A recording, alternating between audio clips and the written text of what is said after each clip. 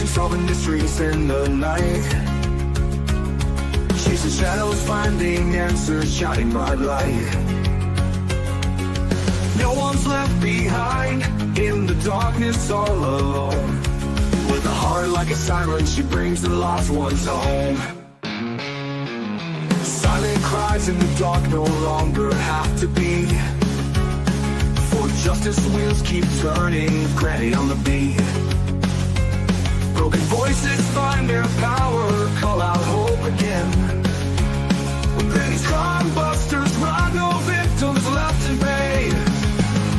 Bravery in her veins, truth she won't disguise. With a fire in her eyes, she's got nothing to deny. Granny fights for justice, never backs down from the call.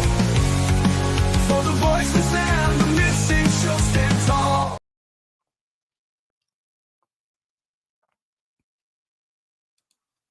Hello, everybody. How is everybody doing tonight? Hello, Ginger Girl. Good to see you. Come on in. Grab your snacks, something to drink. I'm still full from dinner, so no snacks for me. Oh, so I hope everybody's doing good tonight. I thought we'd talk about a few different things tonight, which I usually devoted to one topic, but I thought we'd talk about a couple different ones. And of course, we'll get started with our spotlight on the missing. Our first one is Ariana Denton. Ariana has been missing since April 9th, 2025. She was last seen in Nashville. 13-year-old female, 5 feet 4 inches tall, 130 pounds, black hair, and brown eyes. If anybody knows anything about Ariana's disappearance, please call the Nashville Police Department, 911, or 1-800-TBI-FIND. Next one is Juan Almazan Adams.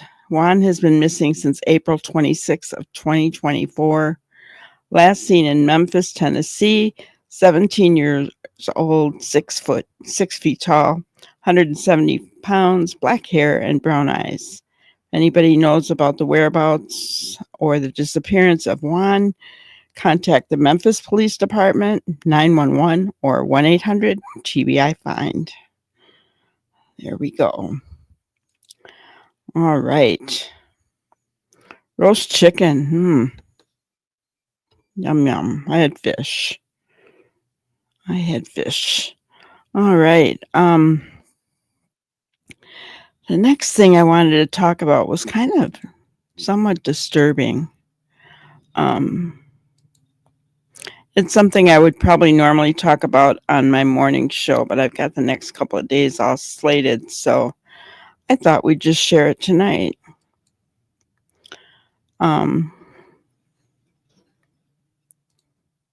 In stock now. Generac home standby generators kick into action automatically as soon as your power goes out, guaranteeing your home stays fully powered and your family stays comfortable and can skip the ad.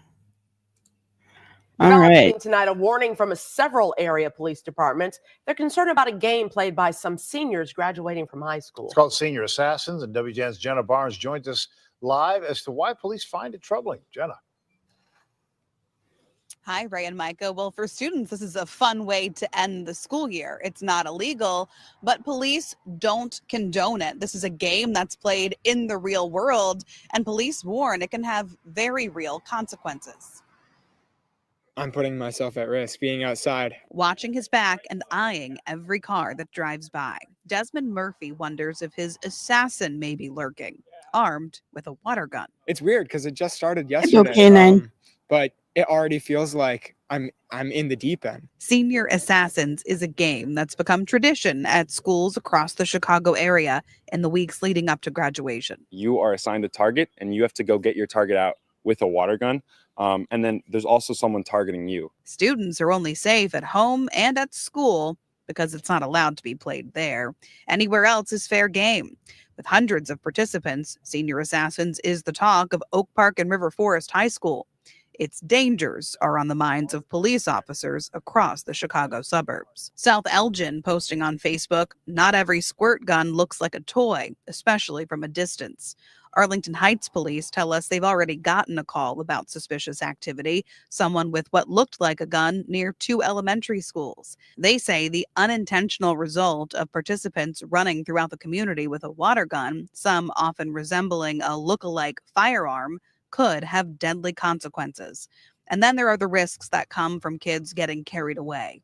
Last year, Itasca police say teens caused this crash while playing behind the wheel. Glen Ellen police now urging students to find a safer form of entertainment. People can also just use cups of water or water bottles. For Carter Lenny and Desmond Murphy, winning the game comes with a prize for charity. Part of the payout goes to the nonprofit of the winner's choosing. The charity I would probably give the money to is the Animal Care League. For me, Beyond Hunger is a big one because it's in Oak Park. It's a local food bank. And they're battling with equipment that's easy to recognize. I definitely think as long as everyone is using guns that are clearly water guns, it's a safe and fun game for everyone involved.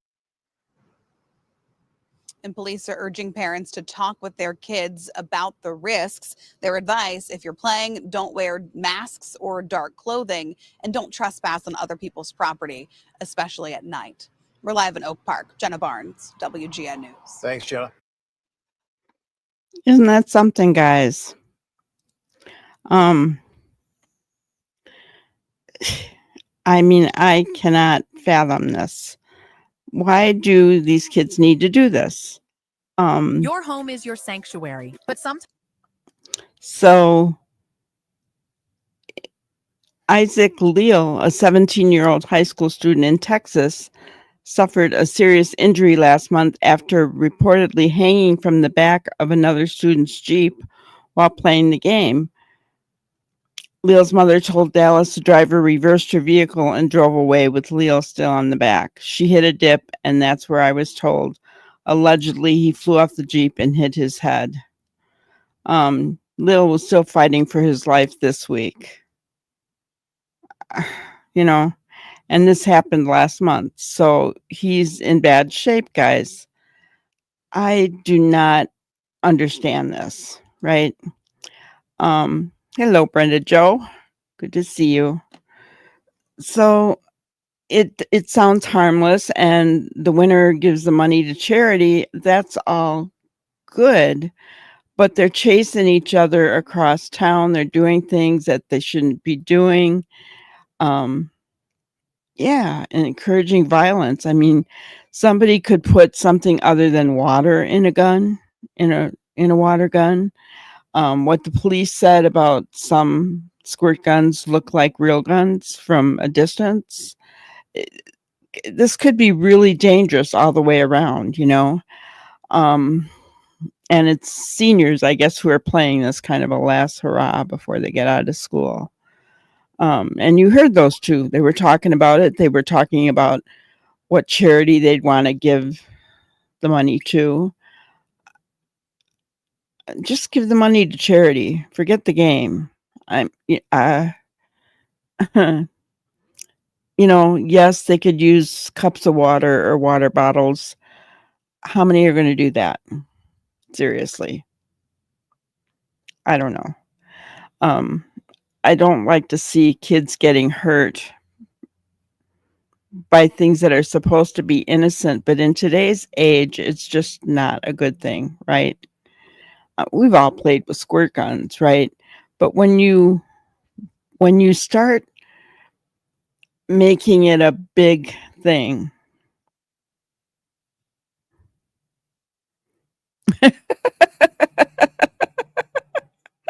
I was picturing grannies with guns before you played the clip. You know, like anything else, when it involves many people and many that you don't know, things can get out of hand, right? And yeah, I just, if it was a controlled environment, you know, maybe on a football field or something like that, a little bit different, but they're running all over the city doing this stuff. So Yeah, that would be fun. Bunch of grannies playing with. You were thinking seniors?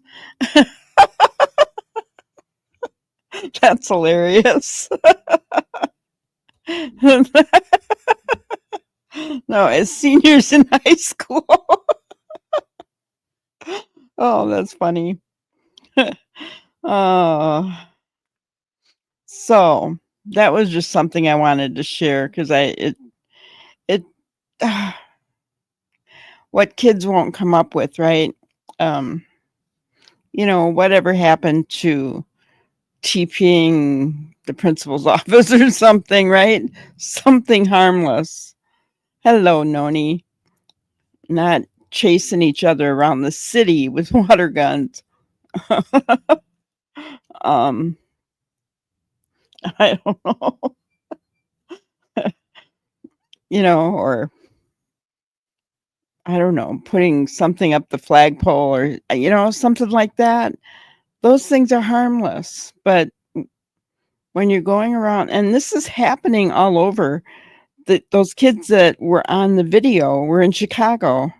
The kid who's been hurt is a 17-year-old kid in Texas. So they're doing this everywhere, guys. It's not just Chicago, right? So I don't know.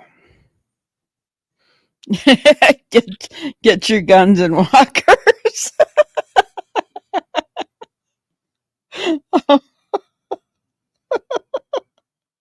Oh my gosh. Oh, that makes me laugh. Oh, that's funny. I have a visual of it. Letting chickens loose in the courtyard. Something, yeah.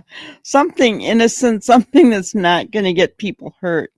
Like kids hanging off the back of a car. Or kids using guns that look like real guns, right? And even worse, like assault rifles. You saw that picture. I didn't even know they made that. That should be illegal. They should not make squirt guns that look like assault rifles. That should not be happening. Oh, but yeah, that I just found that to be really funny. So then the next thing I wanted to talk about was with Sebastian. Of course, there's not a whole lot of news. There is a little bit. The grand jury came back and,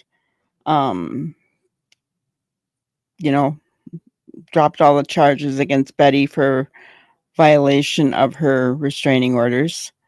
As far as I'm aware, the restraining orders are still in play, but all the rest, the point was moot. So all those cases were dropped. It's good news, right? That's good news. She just, has to stay away from the dirty socks and cheat, right? So should be kind of simple if you think about it. Just if she does go to Tennessee, she just has to stay away from them.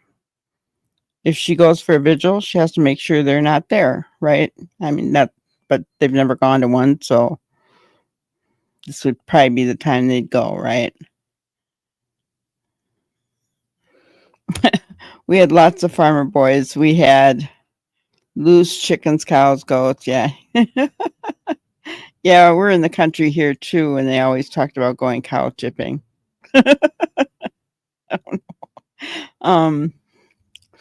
So there's that news. The other news is there was a potential sighting, allegedly, of Sebastian.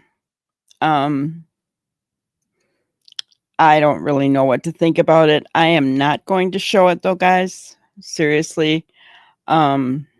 Because I remember a while back that At Night had asked us, please do not show any sightings or any pictures of possible sightings, because you're potentially showing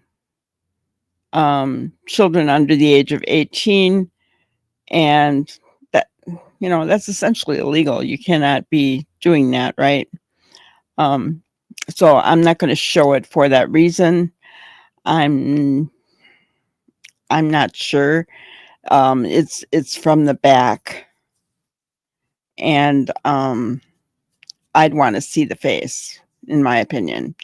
From the side, I mean, the glasses could be, I don't know. But from the back, obviously, this person has a little more weight than Sebastian did, which could be the case. I mean, it's been a year.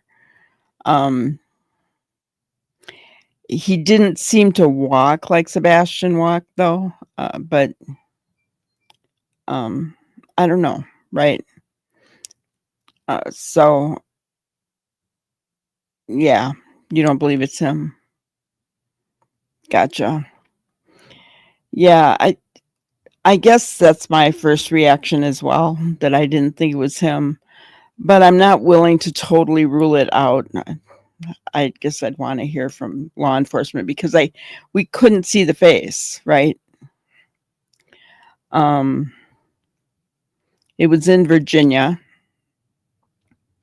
So, I mean, I don't know, right? Which was Bristol, Virginia, which is right on the border of Virginia and Tennessee. So, is it possible Sebastian could be there? Yeah, very possible, but I'm not going to show it. And if you want to see it,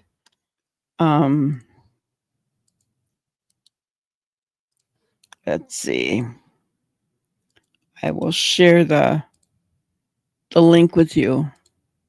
One of the links. There's several links out there, but one of them. Ginger's tuckered out from grass cutting and yard work. Yeah, I would be too.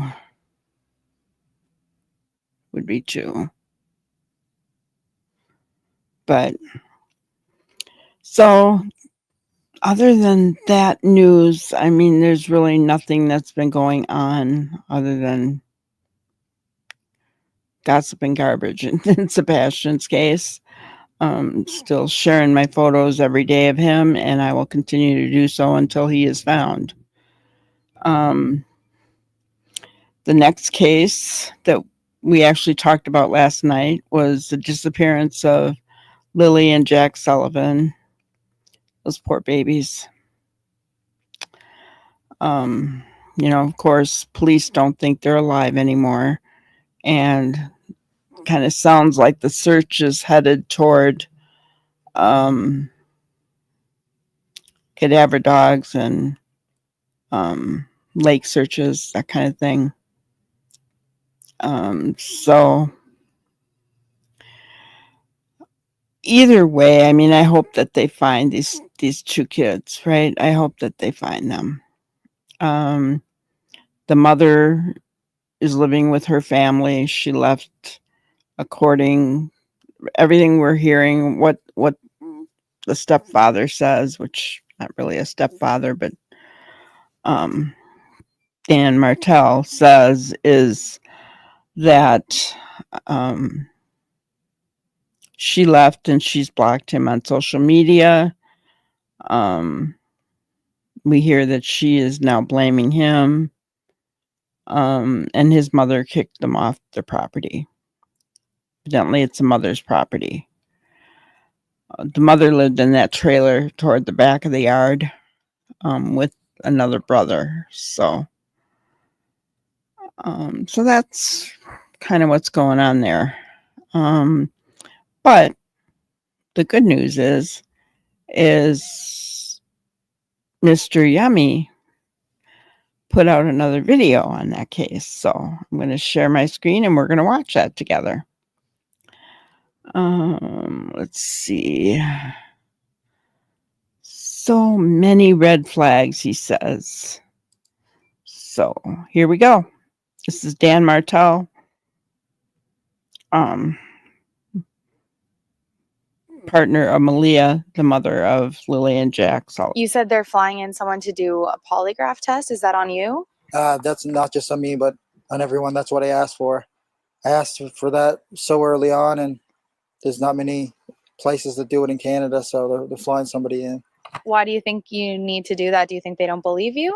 I think their side of the family doesn't believe me, and I just want to clear it up for everyone. Clear it up for everyone, not just the people online making crazy accusations. That's Daniel Martell, and I think he knows more about the disappearance of his missing stepchildren than he's letting on. And it's not just because he's somehow able to dismiss every online accusation, including those against the mother, who's statistically the most likely culprit except for himself, as crazy. So in today's video, let's analyze that recent interview and one of his earliest interviews and count all the contradictions and red flags. I'm Deception Detective, an attorney trained in statement analysis. This channel exposes lies and manipulation. If that's your thing, hit subscribe. For exclusives, early access, and other cool perks, consider becoming a channel member. Link in description. Even if you're familiar with this case, you might not be up to date with the most recent important developments. So before we grab our deception decks and start analyzing Daniel, here's a quick recap. 4 days into the search for his missing stepkids, Lily and Jack Sullivan, Daniel Martell is pleading with the public to keep their eyes peeled. Martell confirmed that when the two children went missing from the home behind me, Lily was wearing a pink shirt and pink rain boots. She was also carrying a white backpack with strawberries on it.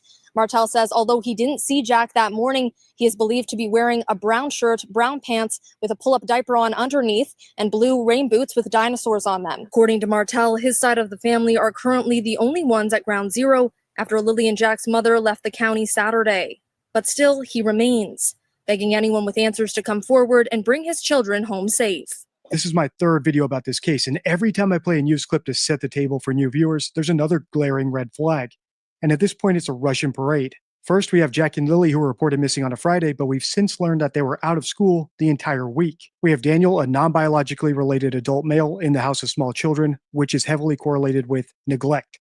As of yesterday, we have the police winding down their search for Jack and Lily, suggesting that they have reason to believe that they won't be found alive. And finally, we have the biological mother fleeing the area while her kids are still missing, suggesting she has reason to suspect that too. I won't rehash every red flag from those videos. I'll link them at the end so you can check them out after this. For now, here's a quick clip from the last one because it's important to the analysis we're going to do today. Innocent parents tend to do 7 things when they have the opportunity to get on TV. For instance, parents of missing children, if they're innocent, if they actually have no idea what happened to their kid, talk about their kid in the present tense. Secondly, we can expect them to be cooperative. So if the police or the media are asking them questions, they answer fully and candidly.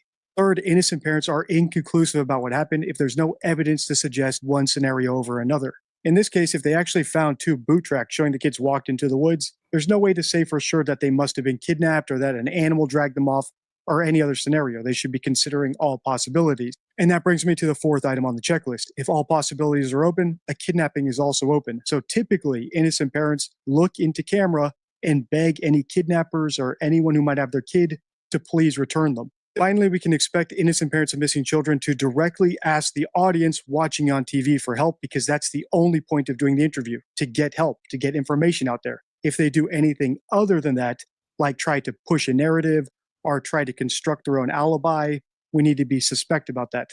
That's the rundown of my missing child presser checklist, and those are the 7 things we're going to listen for Daniel to do in these interviews or not do, along with any signs of deception or leakage. So without further ado, let's watch the interview he did 3 days ago, and then we'll watch the one I played in the intro, which he did 24 hours ago. We were searching. We covered everywhere possible. Even in the first day, we did. Even with me running through the woods, I was ahead of the helicopters and ahead of the drones and stuff like that. Screaming as loud as I can, just until my throat hurt. Running through water that was up to my waist. And as soon as I got back, I wasn't allowed back in the woods until a man dressed in a military outfit said I could go back into the woods.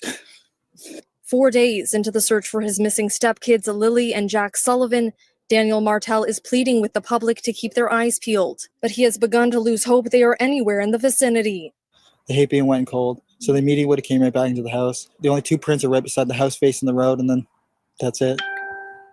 Martell wants the search to be extended to include provincial borders in case the children were abducted, a reality he says is becoming more and more likely. Post any officers they can get at the New Brunswick border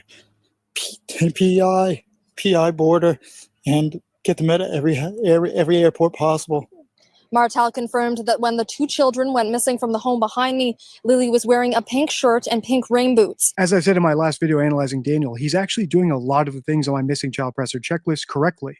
For instance, in this interview, he's allowing for multiple possibilities. Maybe the kids wandered off, or maybe they were abducted, but he's not allowing for every possibility. And when I say that, I mean he's not suspicious of the mother. And when I said that, I got lots of comments, I'm assuming from new subscribers saying, hey, DD, do you really expect these two parents to start suspecting each other or bashing each other on TV? And my answer is yes, that's what innocent people do, because all options are on the table until proven otherwise, even suspecting your spouse. And it's not at all unique. We see it all the time on the channel. For example, with Gannon Stouch's mother, Kyron Harmon's mother, or Sebastian Rogers' father. In fact, as we saw in the intro, we're even starting to see signs of it in this case with Daniel. He didn't just say he wants to be polygraphed to exclude himself. He wants everyone to be polygraphed. But before we get too excited about his prospects of being innocent, we still have to finish watching this old interview from 3 days ago. So let's see what else he says here. He also refuted the claim that the two children are nonverbal, saying while they are on the autism spectrum, they are quite trusting and say hi to everyone. According to Martel, his side of the family are currently the only ones at ground zero after Lily and Jack's mother left the county Saturday. But still, he remains, begging anyone with answers to come forward and bring his children home safe. Anybody who has any information, or you think you've seen something or hear something, or any messages from friends about hearing something, just contact your local police services. Anything, guys, anything. It's the end of that interview, and as you can see, Daniel asked for help, which is a great sign, but it doesn't outweigh all the suspicious stuff, like him not suspecting the mother at all after she picked up sticks and left town while her kids might still be out in the woods. And then not only do we have a contradiction about the children's talkativeness, remember initially they were supposedly nonverbal. Now we have him telling us how they say hi to everybody and they're super talkative. Coincidentally, or maybe not coincidentally, the mother said the same thing, which makes me think that this contradiction is a contradiction of convenience. Here's how I explained it in my video analyzing the mother. We're looking outside, we're looking everywhere, yelling for them, and I instantly just call 911. I just had the instinct I needed to call. They're both really go-lucky children. They're so sweet. They talk to anyone. They'll talk your ear off. They will speak to anyone in a store. Everyone. I don't like how she's leaving all those little breadcrumbs to sort of suggest or imply to us that the kids must have been kidnapped or gone off with a stranger by telling us how talkative they are and all that sort of stuff. It's unnecessary, and it's pretty blatant if that's what she's doing. To be clear, I think the mother, Malaya, was definitely pushing a narrative when she was going on and on about how talkative the kids are, because it was unprompted, and for such a brief interview, it took up a lot of time when it had nothing to do with getting people to help find where her children are now. It was strictly theory pushing, which is the red flag for a hoaxer. Remember, they get on TV to push a theory or to build their alibi. Innocent parents get on TV to ask for help. As far as Daniel goes, I don't know why he's saying it. Maybe they scripted that they were going to say this beforehand, so they're on the same page. I'm not quite ready to go all in on him, even though I'm ready to go all in on the mother. So let's see if this most recent interview tips the scales. You said they're flying in someone to do a polygraph test. Is that on you? That's not just on me, but on everyone. That's what I asked for. I asked for that so early on, and there's not many places that do it in Canada, so they're flying somebody in. Why do you think you need to do that? Do you think they don't believe you? I think their side of the family doesn't believe me, and I just want to clear it up for everyone. Clear it up for everyone, not just the people online making crazy acts. So, guys, we know that polygraphs cannot be used in court. I know. I mean, we all know that polygraphs because they can't be used in court because they're not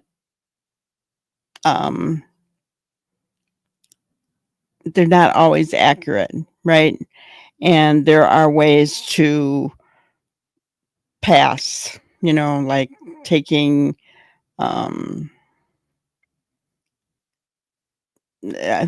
different meds, right? Depression meds, from what I've heard, that kind of thing. So I don't understand how he thinks that this is going to change like Malaya's family's mind, right?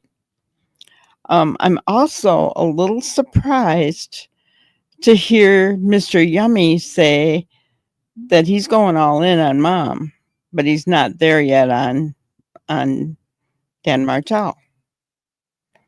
What are you guys thinking here? Let me look at the thing. So let me see here. Yeah, no worries, Noni. And Canine's tired from grocery shopping and doing laundry. Yeah, I'm tired from doing some cleaning today. LE has already said they are not alive anymore. I just pray they find him and bring whoever to justice. And yeah, I agree with you. There's foul play involved. Yeah, why does he care and why does he want that? You know, does he not realize that they can be, or maybe he does realize, but maybe he hopes that if he takes one and passes, however way he passes, that'll get people to get off his back, because I think we all know they're not always accurate. So in my opinion, and as for me, he could pass it and it wouldn't matter one way or another to me. What's going to matter is the facts, right? So yeah, it does sound familiar, doesn't it? Worried about what everybody else is saying, right? Yeah, they're not his children. And so yeah, I mean, at least he tried to cry. Chris has never tried to cry.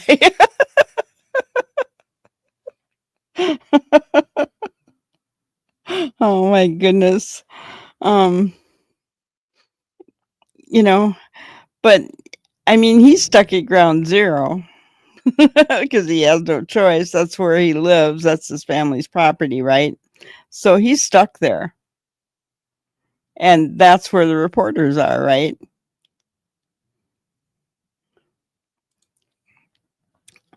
Yeah, they're searching the waterways, bringing in the cadaver dogs, which I think is a good thing. I'm hoping one or the other or both will, because cadaver dogs can also smell cadavers in the water. I don't know if you guys were aware of that. I was watching a video on cadaver dogs a while back, and I didn't realize that they could actually smell cadavers underwater. And you're agreeing with Mr. Yummy that going all in on Mom? You think they both have guilty knowledge. Gotcha. And K9 says, I'm all in on them both. I think they went missing early in the week. Yeah, I'm thinking the same thing. I think they went missing early in the week as well. Yeah, and I thought you said that, Ginger, a while back, that they're not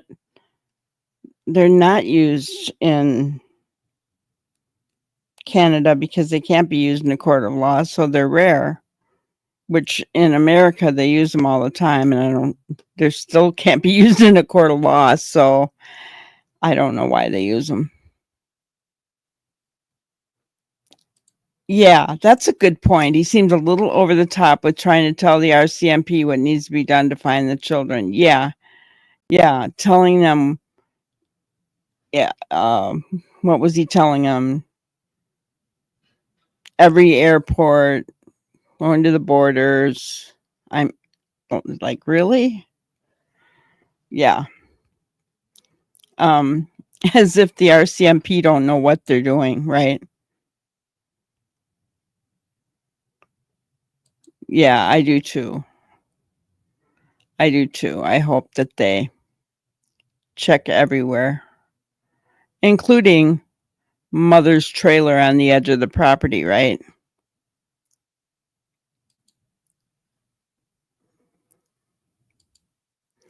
Yeah, because they're having to fly this person in. So why are they giving in to this guy to do this, right? Makes no sense to me. All right, let's finish up here. Accusations and everything else. All right, so that's the clip, and I'm actually happy to see that things are breaking down between them because it could suggest that Daniel's innocent. Or if they're both guilty, I'm glad they're turning on each other. Finally, I'll wrap up this video the same way I wrapped up so many others like Don Wells and Chris Proud. Did you hear him? Or if they're both guilty, I'm glad they're turning on each other. Oh, wow.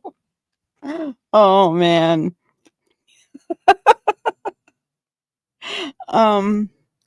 But I suppose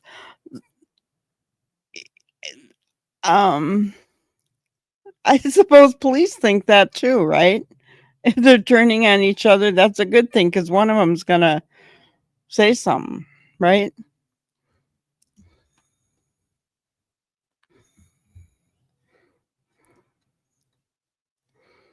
And Noni says, I hope they're found soon. The sooner the better for hopefully knowing what caused their ends if they're no longer alive. Yeah. Well, and so that they can, you know, have their final resting place and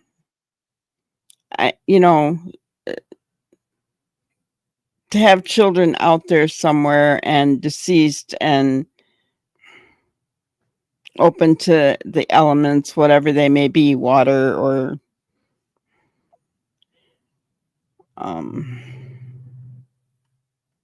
animals or whatever.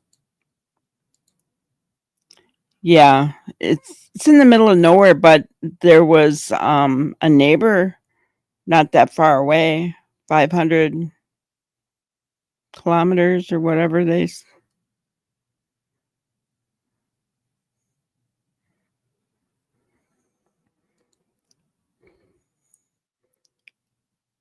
would be very rare. Well, you heard him say that they were flying him in because he asked for it.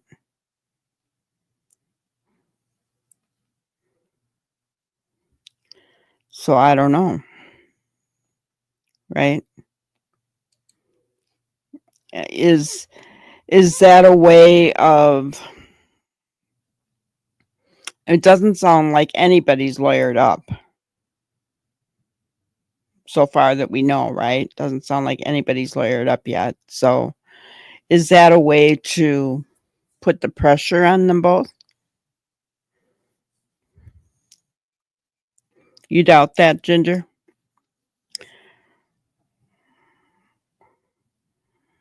Maybe he's just saying that then? Maybe they're not really going to do one? I find it funny if they don't normally do that, why they would fly somebody in for that reason. Maybe they just said it to appease Dan. I mean,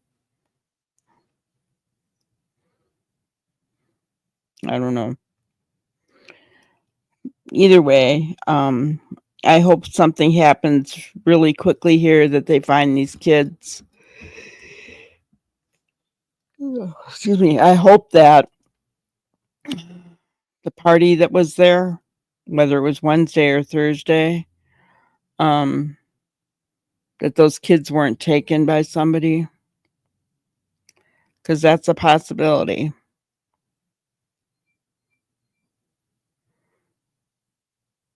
I mean, especially if they needed money, right? Sell off the kids. I've heard that the biological father is Cody Sullivan and he's under house arrest or something. So that's the first I've heard about the biological father. Which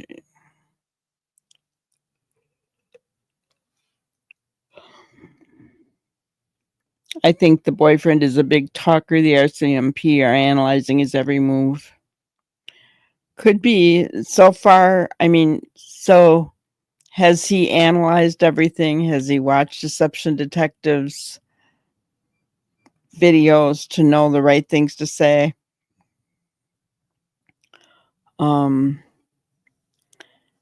they both were talking about the children in past tense. So there's that.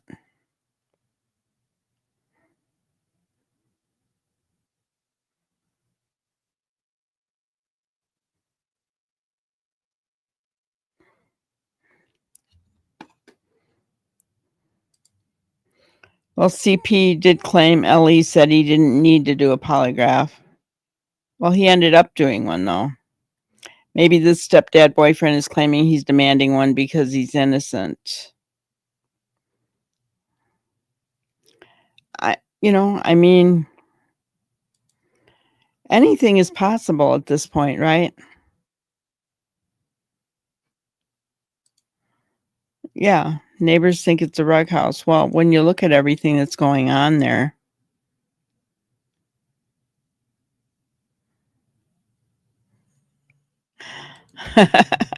he's talking in past tense, gives him away. He's not smart enough to know Mr. Yummy exists. I wouldn't say that, because if anybody, I mean, I don't know, guys. I don't know. Especially if they're planning on getting rid of the kids, no matter how they're planning on doing it. They might look online to see who's getting away with it. And then they see, if they search Sebastian Rogers, Deception Detective is going to come up, right? That's a possibility, but yeah, he doesn't come away as very smart. That's for sure. And that is true. Mr. Yummy says the brain wants to tell the truth. Lying is hard work. That is true. But we also need to remember, and here is a really good example of that, Noni, is that he talked about the kids in past tense. It's hard work to tell the truth. Lying is hard work. Lying is hard work. So if he's wanting to talk about the kids in the present tense, it's really difficult, and he ends up telling the truth in the past tense. You were being sarcastic about him being innocent. Yeah.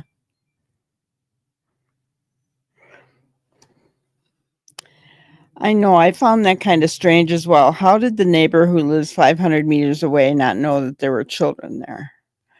Well, it did seem like they are surrounded with trees. Look back at this house.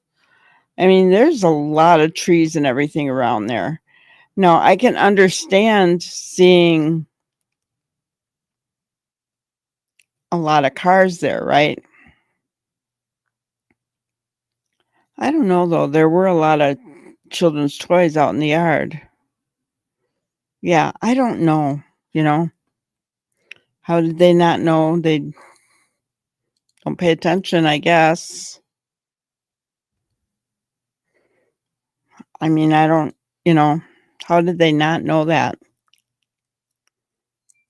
I mean, wouldn't you even hear the kids outside playing at 500 kilometers? Especially the way that little girl liked to scream.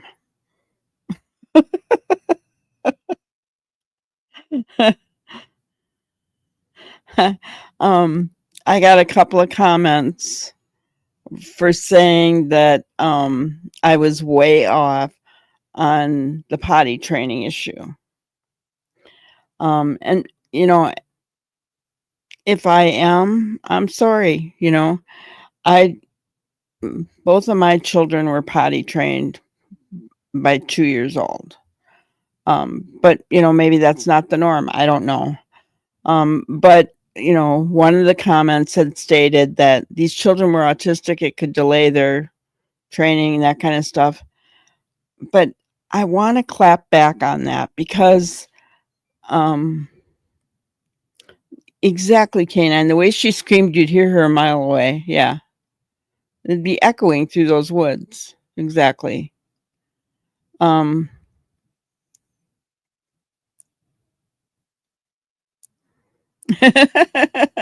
That's okay, Noni. So, but I want to clap back on that because the mother said that they were possibly autistic. That tells me they were not diagnosed. Am I taking that wrong?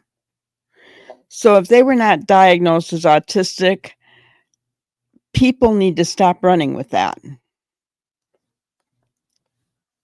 Could they have been slow? Yeah. Could that have caused delays on potty training? Of course. Right. Of course. I was talking about it as a form of neglect, in my opinion. I think that there was bad neglect going on in this home with those children, in my opinion. I could be wrong. Pull-ups at 4, not with my kids. Never know. Things are different now. Yeah, exactly. My kids were both potty trained by the time they were 4.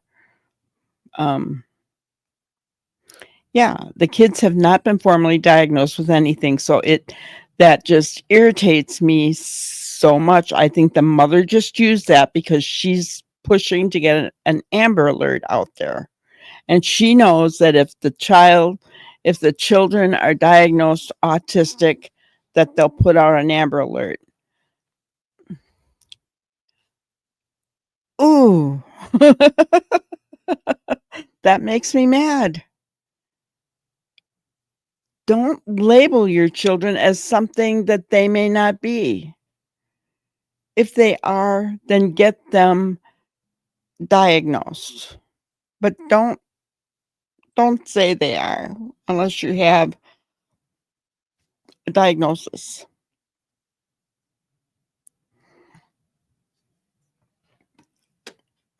Great minds, Canine.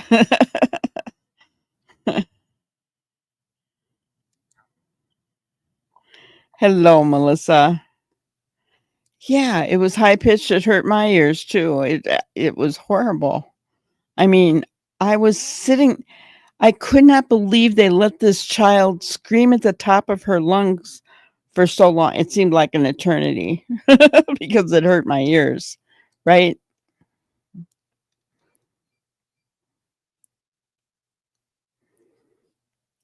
That's exactly where I was going with that when I made that comment yesterday. About the child not being potty trained by 4 years old, right? I actually had somebody say, guys, I was listening and the first thing I heard you say was, why was this child not potty trained by the age of 4 years old? And I stopped listening and I thought, well, see ya.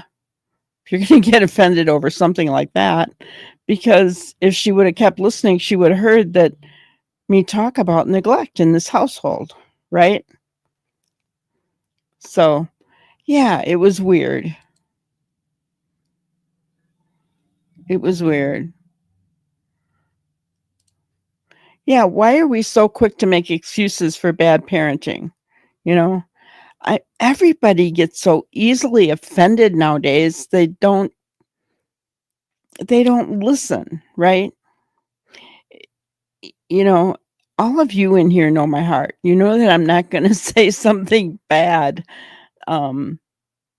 if I can't, or that I'm going to go somewhere with it, right? It's just, kind of goes back to that thing. I'm offended because you're offended, right? That's kind of the way it is nowadays. Yes, Canine, good point.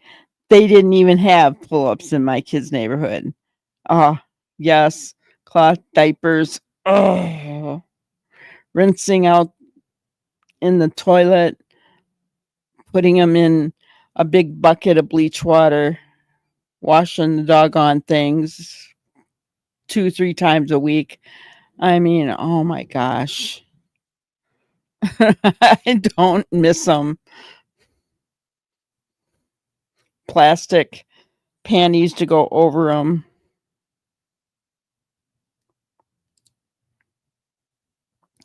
Where I live, they make you wait till the child is around 7 to diagnose them with anything, even if they are showing signs. Oh, really? Okay.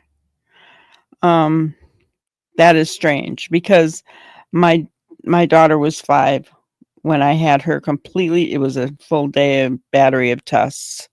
And I had her diagnosed. She had ADHD. So that's kind of strange, but they will autism, I've heard, is usually a little bit later though.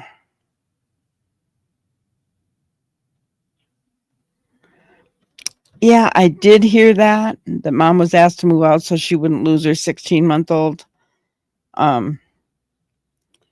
We didn't see inside the house, did we?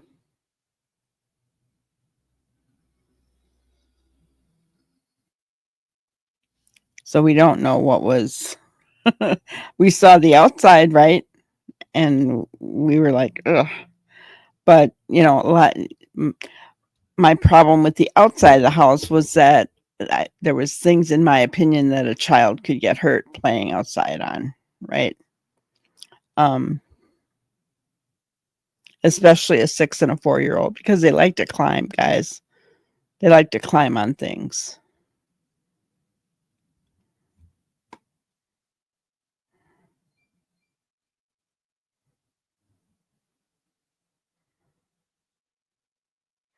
Okay.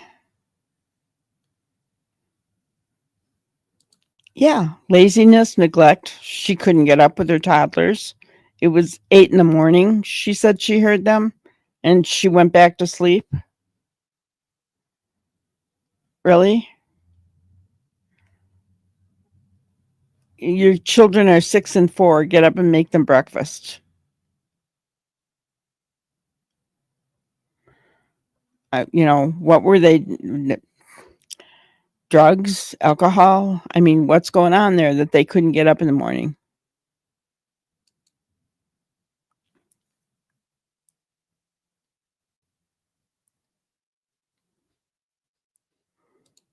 Exactly. Diapers to training pants. We had training pants. They were a little thicker, but they weren't pull-ups. They still, if they went in them, it still went into their pants and what have you. So they really were kind of useless, if you ask me, right, lady? Because they were just a little thicker. That's all they were. I forgot about those.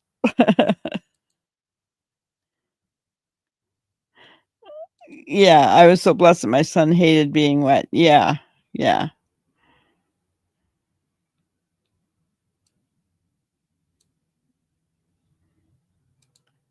Do you have the notification bell set to all, Katie? And I know sometimes it still doesn't notify you, but I'm on most nights at 5 o'clock. Unless I take a night off. I don't feel well, or if I'm working on something. Yeah. Diapers would freeze on the clothesline before we got a dryer. Yeah. Yep. I remember those days.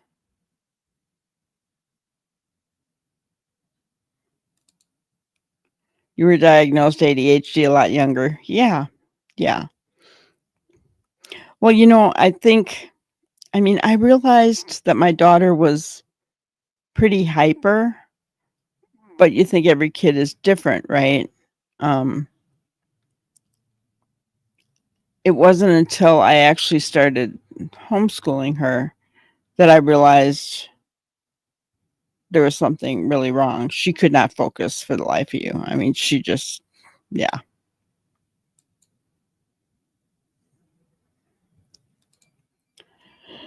"1998, my son was diagnosed at age 3.5, PDD, then moderate autism." Gotcha.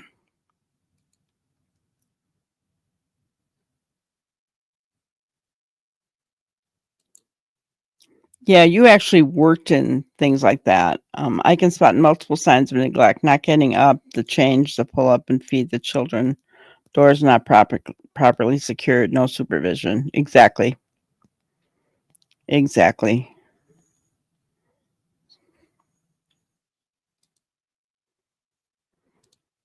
He's 30 now and needs 24/7 care. It's almost like having a toddler again, but I wouldn't change a thing. He's my son.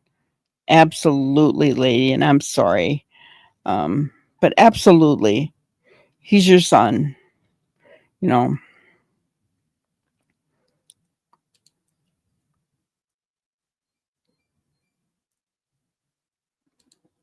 all the boys except Nikki was trained by 2.5. I wasn't messing around.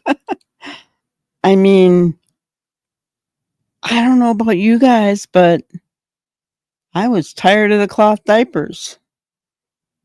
I mean, I will say that when my second one came,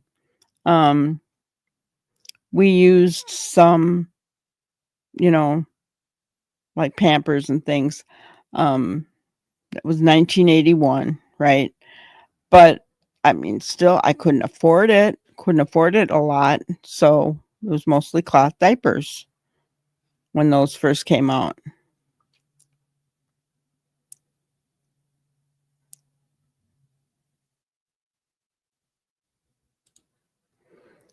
You know, I try to never criticize another parent's parenting, potty train at whatever age a child is ready. My youngest was trained a little over a year old, but she also walked before she was a year. Yeah. My oldest walked at 7 months. That girl, she wanted to go. She was so independent, still is. Smart as a whip. And yeah, she was trained a little over a year old as well. So it does depend on the kids. My youngest, the one with ADHD though, I mean, things took a little longer, but I still had her trained by the time she was 2. So, you know,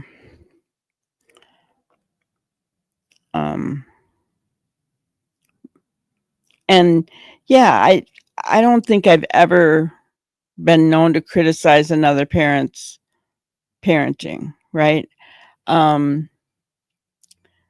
But when they're 4 years old and you're seeing signs of neglect, you do have to wonder, right? I mean, it's glaringly obvious. You know, if you can't get out of bed, get your kids breakfast in the morning. Oh, you heard them. Okay, go back to sleep because you heard them. That's okay. No, that's not okay. Right? So, yeah.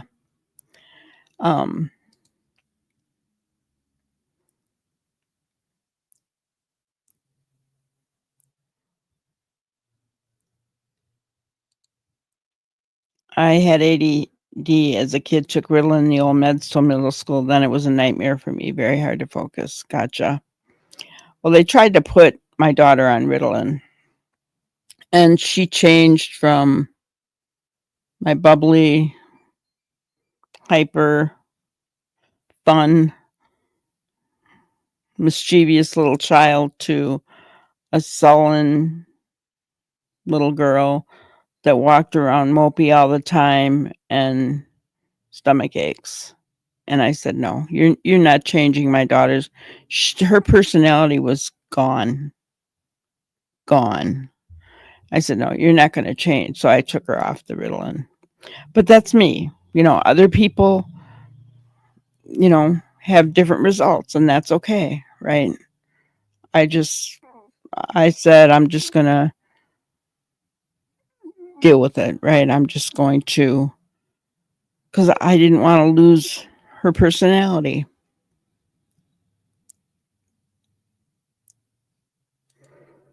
There is a point with parenting, however, that a parent will seek answers or a diagnosis if needed, but obvious neglect is a big problem. Yeah, big problem. Potty training saves you a lot of time and money. But I am a firm believer, and I was a firm believer back then, if you try to do it too soon, you could hinder things for a while. I tried to, with my youngest, right? My oldest wanted to do everything. I mean, right from the get-go, I mean, she wanted to learn how to go potty like mommy. She, you know,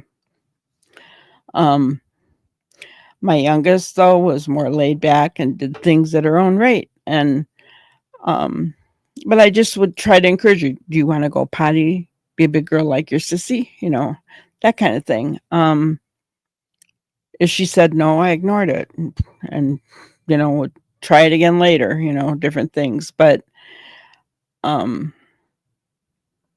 yeah, every child is different. There's no doubt about that. No doubt about it.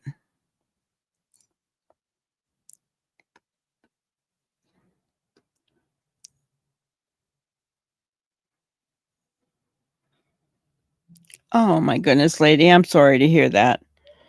Since age 20, he has acquired bipolar mood disorder and schizophrenic. I hate seeing my son decline, but I'll always be here for him. No one else will. Oh gosh.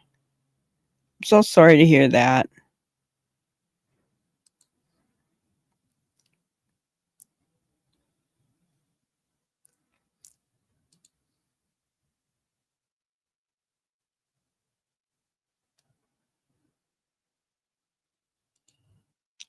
Then it was definitely not the right meds or diagnosis. Not easy for us back then. My oldest was on Ritalin and it worked great. It just kicked in the neurons that he needed. I have no doubt that she had attention deficit hyperactivity disorder because she was hyper. She did have a battery of tests. The medication probably wasn't right, and maybe I didn't give them enough of a chance to try a different medication. But when I saw my daughter change into this solemn little girl, I was like, no. And I didn't give the doctors any more chance on setting her up on any more meds at that point. Probably my fault. But I homeschooled her and she graduated, so she was fine. Oh yeah. Like Mr. Crispy said, if you can't tolerate them, give them medication.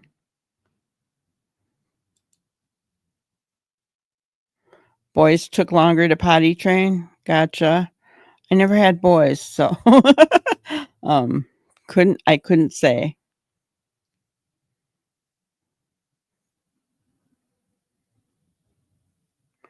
Aw.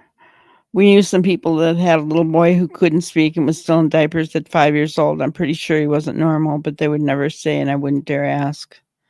Yeah, sounds like autism, doesn't it? Low functioning autism, in my opinion. Yeah, and if they don't tell you, then I'm like you, Noni, I wouldn't ask either. Perfect point, lady. Consistency is key in any parenting issue, right?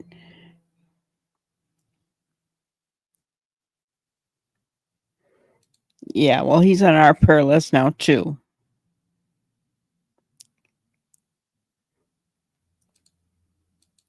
That is so true, Noni. Mother is the best advocate that your child can have. Yes, sacrificial love, lady, just as a mom thing. That's right, it is a mom thing. Right? Most definitely. Most definitely. But, so I wanted to show you guys another just kind of fun thing.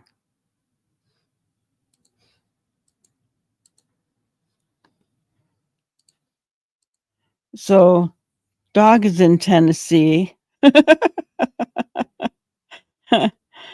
Juicy's Bail Bonds Customer Appreciation Event on Saturday, May 24th. Meet Dwayne Dog Chapman and Leland Chapman at 12 p.m. Enjoy a car and bike show starting at 10 a.m. $20 to $10 entry fees, trophies for top 10 food vendors, and MSWA Championship Wrestling with 5 big matches at 4 p.m. Free admission at Anderson County High, 130 Maverick Circle, Clinton, Tennessee. Proceeds benefit Axel Moritz's battle with Hunter syndrome. And there's a big thing. So he's actually doing something as a benefit for a child, Axel Moritz, who is dealing with Hunter syndrome. I don't know what Hunter syndrome is, but so I thought I'd kind of share that. Go Dog the Bounty Hunter. You know, I'm glad that he's doing things for, you know, good purposes, right? Because people will still come out to see Dog, right?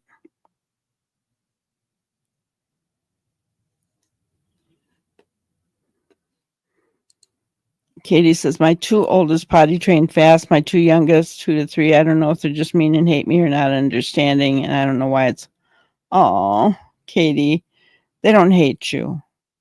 You know, I really do think the younger ones take longer. My youngest took longer than my first. My first wanted to do everything. Boom, boom, boom, boom. I mean, she just, yeah.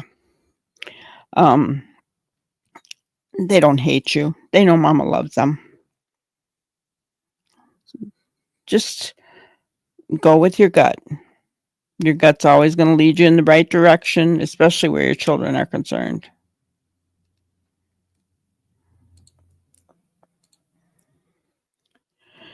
Yeah, that's why these moms aren't ringing true to me. KDP and now this one. Yeah, I hear ya.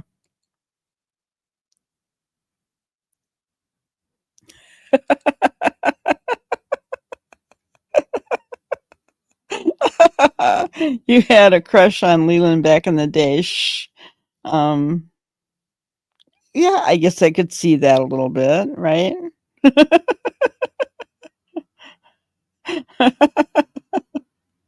Do you live in Tennessee, lady? I guess it doesn't matter. If you got something on your bucket list, you know what I say? Go do it.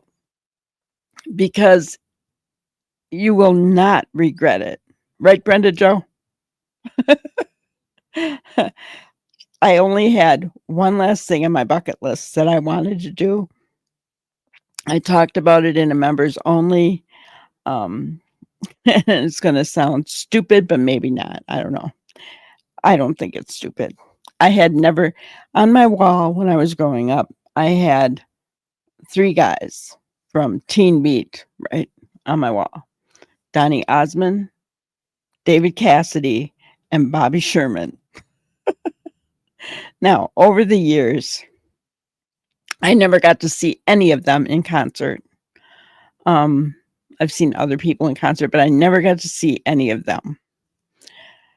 I wanted, for my 65th birthday, I wanted to go see Donnie in Las Vegas. Now, Donnie is not quite a year older than me, okay? So I knew I needed to do this pretty doggone quick because he's not gonna sing and dance forever, right? So Brenda Jo and I went to Vegas. Would we spend 4 days there, Brenda, I think? And so on my birthday, that's when I got the tickets. And we went there. And Donnie sang happy birthday to me for my 65th. Yeah. So if there's something that you want to do, do it. You will not regret it. I don't regret it to this day. that trip meant so much to me. And yeah, David Cassidy too. Yes. He's dead now though. So but you know, so very special that Brenda and I were able to go do that together. And don't if there's something you want to do, don't wait. Go do it when you get the opportunity. So, lady, go see Leland. Go see Leland. If that's really what you want to do, go see him.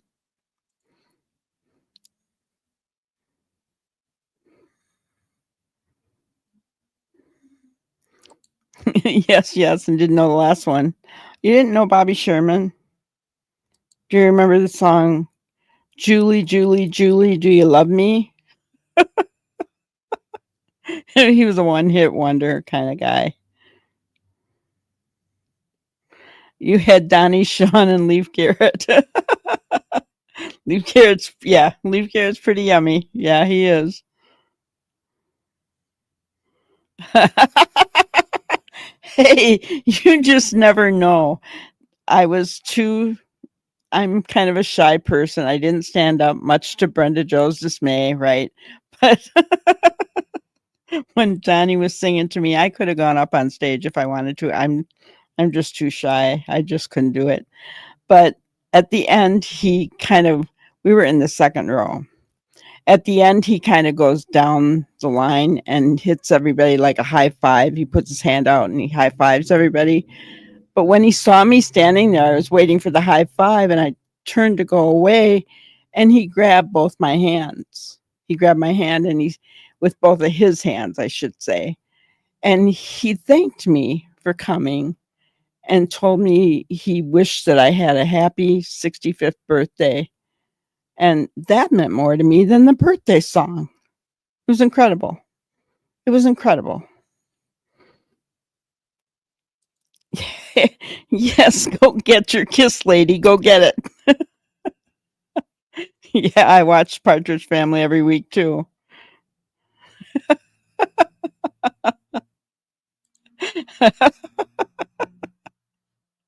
Oh my gosh. That was so funny. Yeah.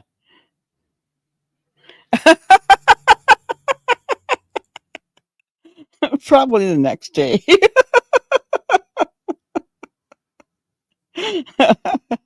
Oh man. Let me see if I can find it. Let's see if I can find it. Because I know I had it.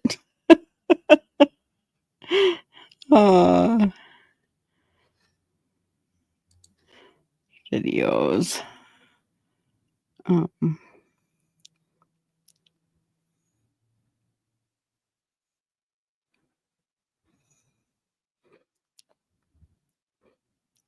Well, I guess I'm just going to have to tell you to go to the members only. I was going to play it for you guys, but yeah, I couldn't play it because then I'll get docked. I think. I don't know if I would or not.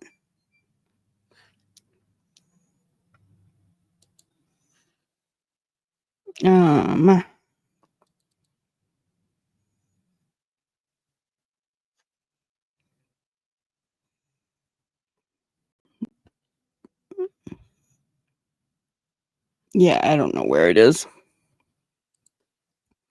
I had it before, but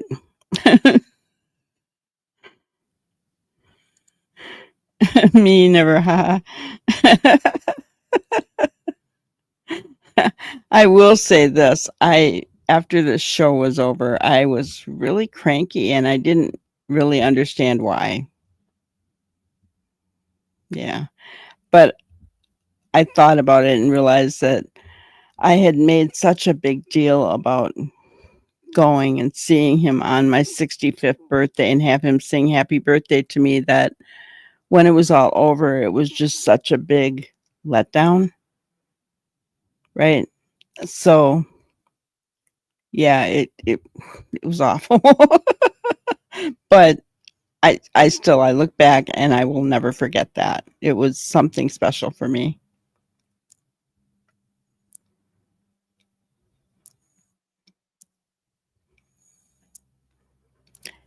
Yeah, I mean, we did, right? We kind of grew up with their family.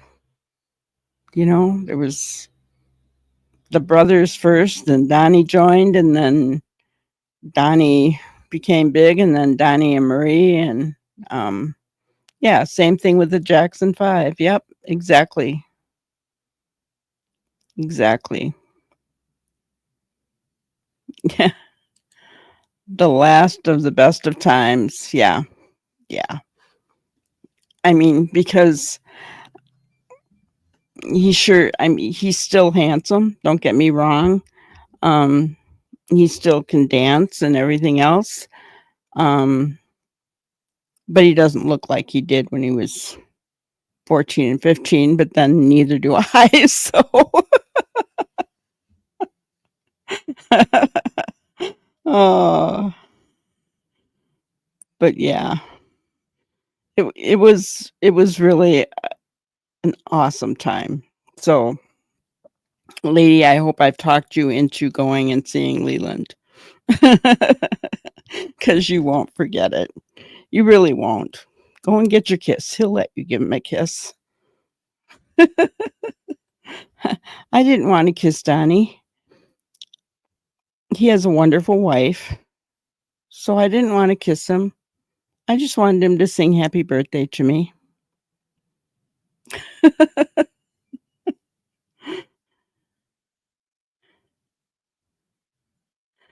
Christy McNichol, I remember her. Yep. Little darlings. Oh, I filmed about 20 minutes. That's interesting. That's really interesting.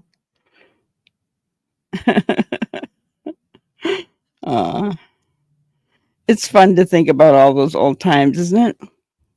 Wow, we're showing our age, guys. We are showing our age. Right? 70s, 80s girl. The best of both worlds. Yes. Music was the best. It really, really, truly was. No doubt about it. It was the best. I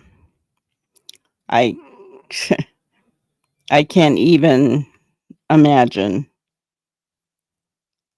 not having those times and the bell bottoms and everything else, right? Baggy pants, the peasant shirts, the maxi dresses, the maxi coats, the mini dresses and the mini coats. I mean, it was all there for us. It was all there for us.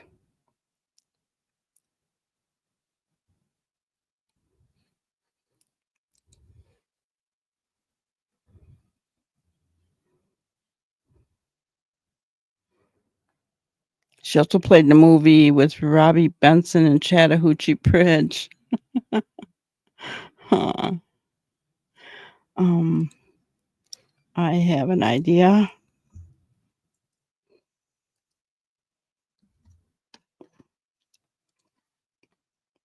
Know where I can find that.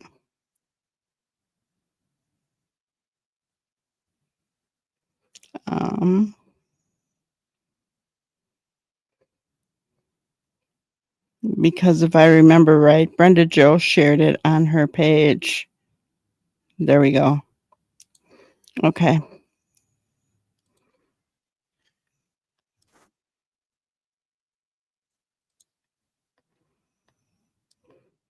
Okay. I'll share it with you guys. So here we go. Donny Osmond singing happy birthday to me. Can you see it? Okay. We should sing happy birthday to Linda.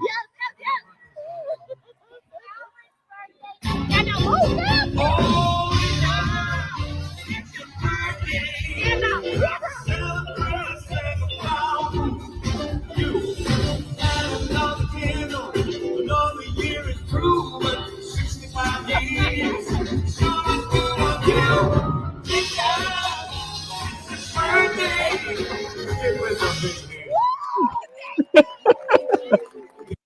There you go, guys. You got to see it.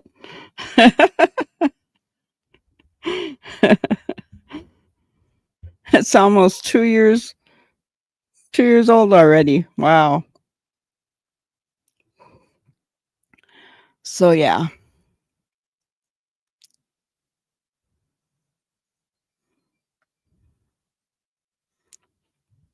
Oh yeah, go-go boots. Yes, definitely. Definitely. Yes, he is. Yes, he is. And so is his wife. She's still gorgeous. In fact, I think she got even more gorgeous over time. His wife is beautiful.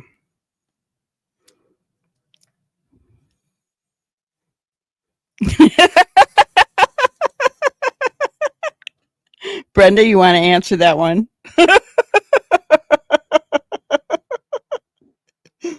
You mean the one saying, stand up, stand up.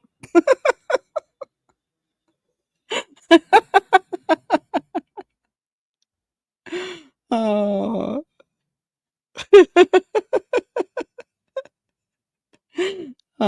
Yes, it was. She was wanting me to get up there with him. And she would have. Brenda Joe is, I wish I could be more like her, but she's outgoing. And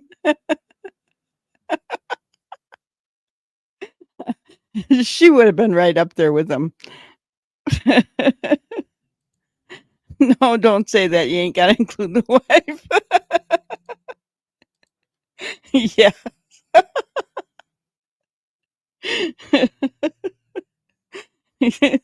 Yep, it's her. Oh. Just some nuggets from that day, that whole day. We had I don't know if you guys have ever been to Vegas, but Vegas is huge. A casino takes up one whole block, one casino. I mean it. So we got scooters, right? So we're, Brenda had me go ahead of her. And so we're, just driving our little scooters around. We had places we were going every time we were on our scooters, but all of a sudden people were passing me and they're going, happy birthday, Linda. Happy birthday, Linda. Happy birthday, Linda. And I'm like, what the heck? I don't even know you people. Brenda's in the back behind me on her little scooter telling everybody, see that lady up there in the scooter? Tell her happy birthday. She's 65 today. Tell him happy birthday.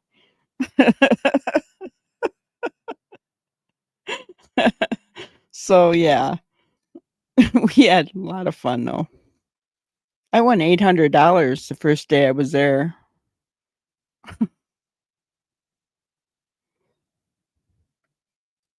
Oh, to Billy Joe, that was a good movie. Yeah. Good memories. Good memories.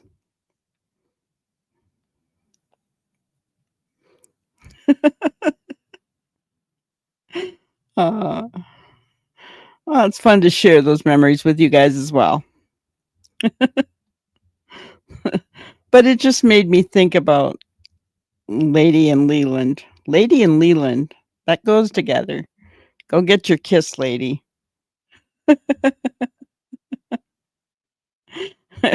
Yes. I got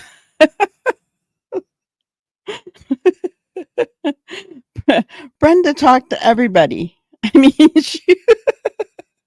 she was just talking to everybody, Yeah. I said, stop telling everybody it's my birthday. Oh, fun times. Fun times.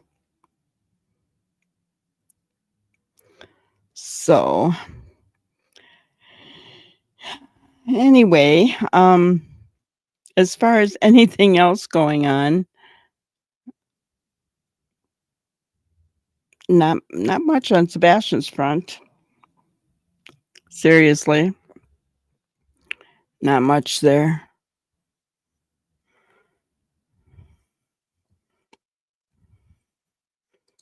Yes, life is too short. I agree. So we all need to say, lady, lady, lady. Go get your kiss. Go get your kiss. Go get your kiss. You said he was only a few hours away, right? You need to do it.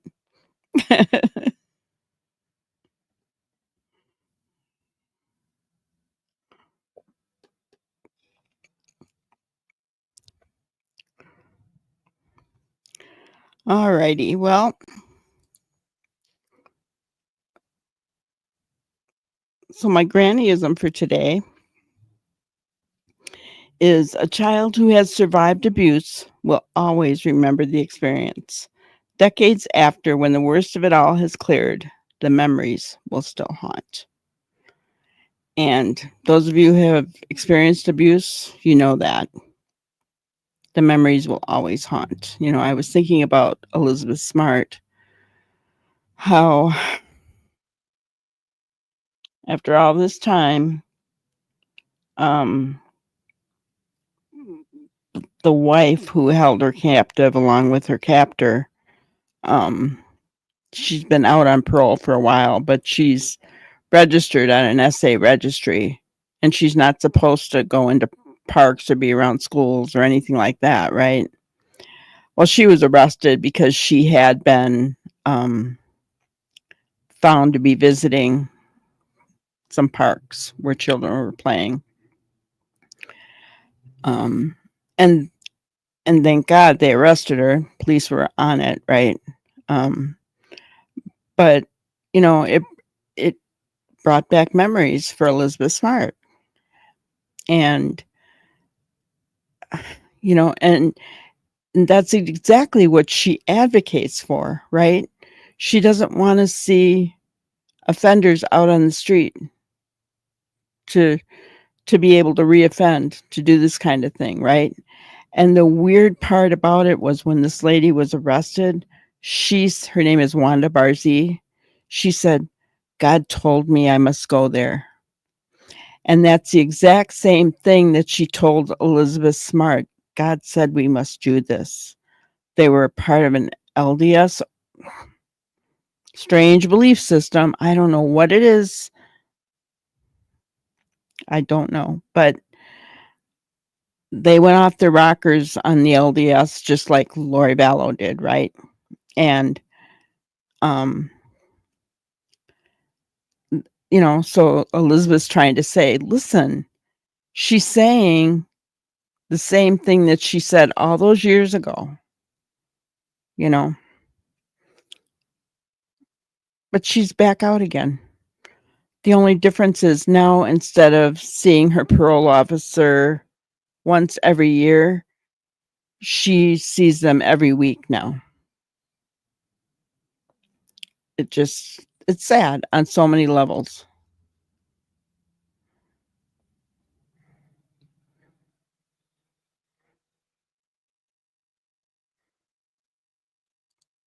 Trauma anniversaries are real. Sometimes when the mind forgets, the body will. That's true. Things can trigger your body so quickly, even before your mind catches it, right?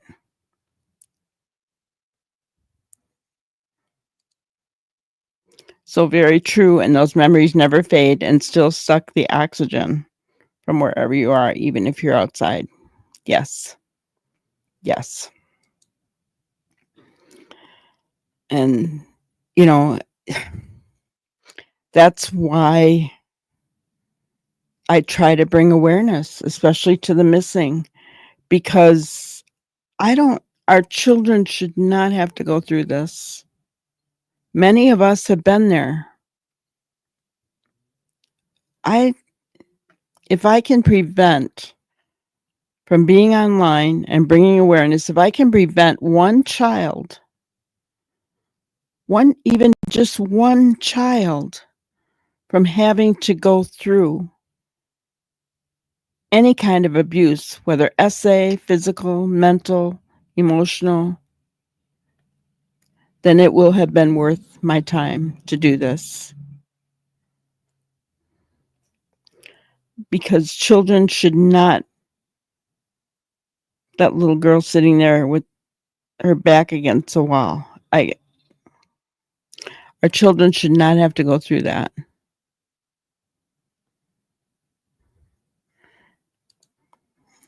We'll keep you in our prayers, K9.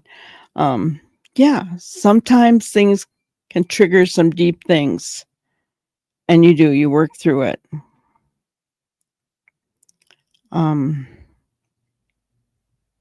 Sometimes it's so deep, you don't realize, and then all of a sudden you're triggered and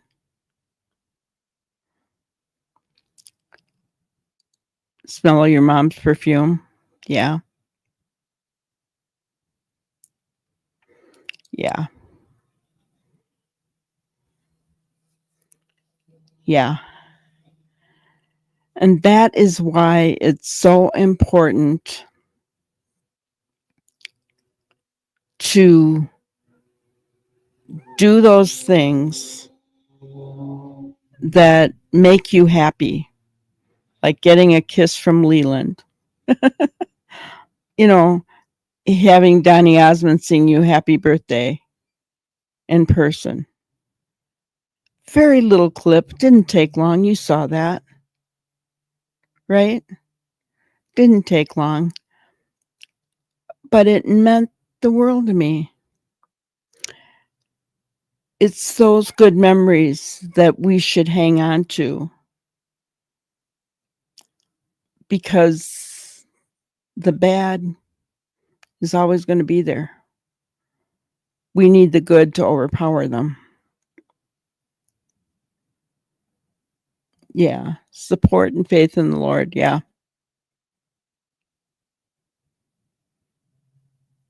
Yeah. Most definitely, right?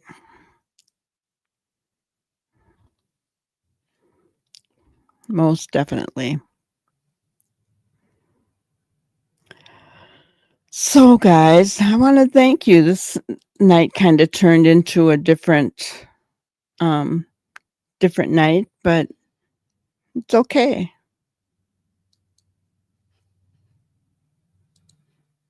Oh, yeah, he triggers me too. Definitely, he does. Not gonna lie. That's why I would never want him in here. I would never want him in here. Because of who I know we have here, and because I know he triggers me. So I wouldn't want him in here. Because our place here is a family, and it's a place that's safe, where we feel we can share things that we've been through, right? Without hate coming our direction, but only love and support and comfort and prayer, right?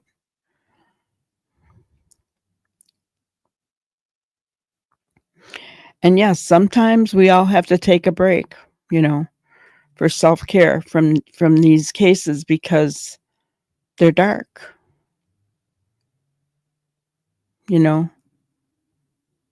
I mean, they're already saying the Sullivan kids are gone, right?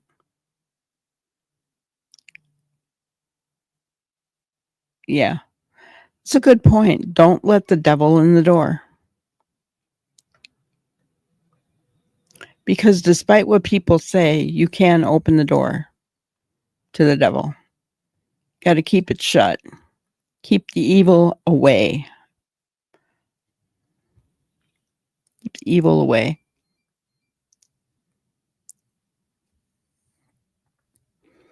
But that has always been my hope and prayer for this channel.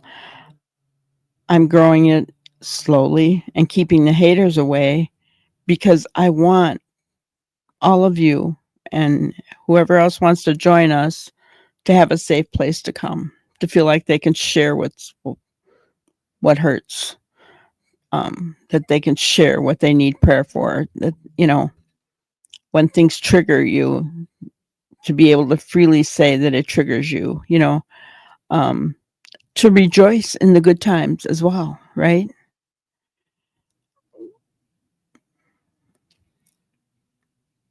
And lady, when you go and get that kiss, you need to come back here and share that with us.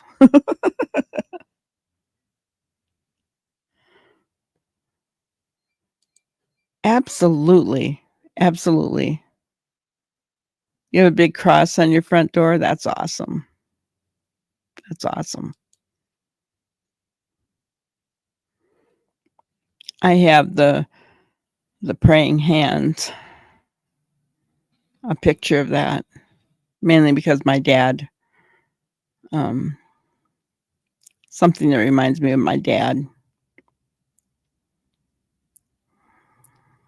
But all right, guys. Well, that's all I have for tonight. Thank you so much for coming in here, sharing your dreams, lady. And even for those of you who've shared what triggers you and things that you've been through, we're in this together, right? We're in this together, and I wouldn't have it any other way. So please, please hit the like button on your way out. And we'll see you tomorrow, 5 o'clock. Have a great night, everybody. Thank you for watching another episode of Granny's Crime Busters. We really appreciate each and every one of you. Don't forget to subscribe and like and even share the content. You can follow us on any of our other social media platforms at YouTube, Twitter, Instagram, Facebook, and TikTok. We really appreciate you guys, and you can also email us at granniescrimebusters@gmail.com. Thank you so much, and we will see you on the next one. Thanks, guys.